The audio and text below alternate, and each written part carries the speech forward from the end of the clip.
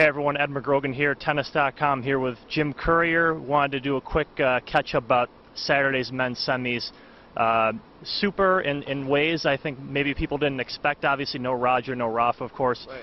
But, you know, of the two semifinals, which one do you think is the most competitive of the two? I would say Berdych-Murray is probably the most competitive, just because Berdych he's given problems to Murray in the past, and should be feeling extremely confident with his win over Roger Federer.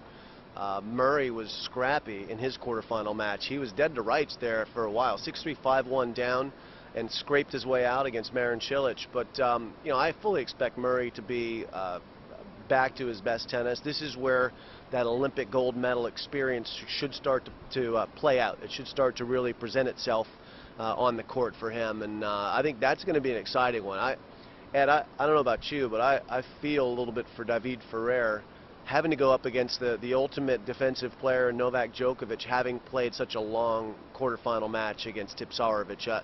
I saw David in the locker room after his match yesterday. He was trying mightily to recover.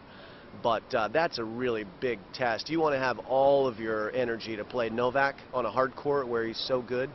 But you know, we know that David Ferrer is a warrior. We know he'll come to play. I just don't know if he's going to have enough in the tank to stay out there with Novak point after point after point.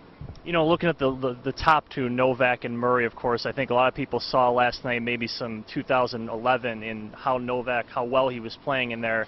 But just going back to Murray, I think maybe some people think that the way the draw shook out, the way he's playing after that gold medal, is this really what you see as his big opportunity to finally get that slam? I think he's had some other chances. You know, I really feel like when he played Djokovic in 2011 in the Australian Open final, Djokovic wasn't on the roll. That was the beginning of his role, and Murray played a really defensive, reactive match there in 2011. The difference now is he's had success playing offensive, dictative tennis in that Olympic final and the Wimbledon final, for that matter. He played a very offensive match against Roger Federer. He played very well in losing in the semifinals this year in Australian Open as well. I mean, Murray has made incremental steps towards where he finally got at the All England Club for that Olympic gold. Is this going to be the culmination of that on the Grand Slam stage? I think we're going to find out that answer soon. My feeling at the beginning of the tournament, with the way the draw shook up, Ed, was that Djokovic was the favorite.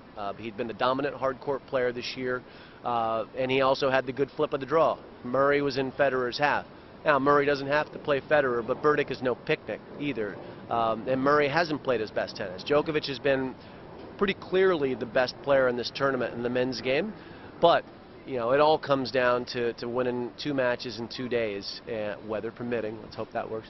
Absolutely. And, you know, I would say that Djokovic is definitely still the clear favorite. But, you know, Murray, I'd love to see. You know, no, I love Berdych, love his game, love Ferrer, love his game. But I think I would, and I'm sure a lot of people would love to see a Murray-Djokovic final and just see exactly where Murray's head is in that moment. Good stuff. Appreciate it. Thank you, Jim. My pleasure.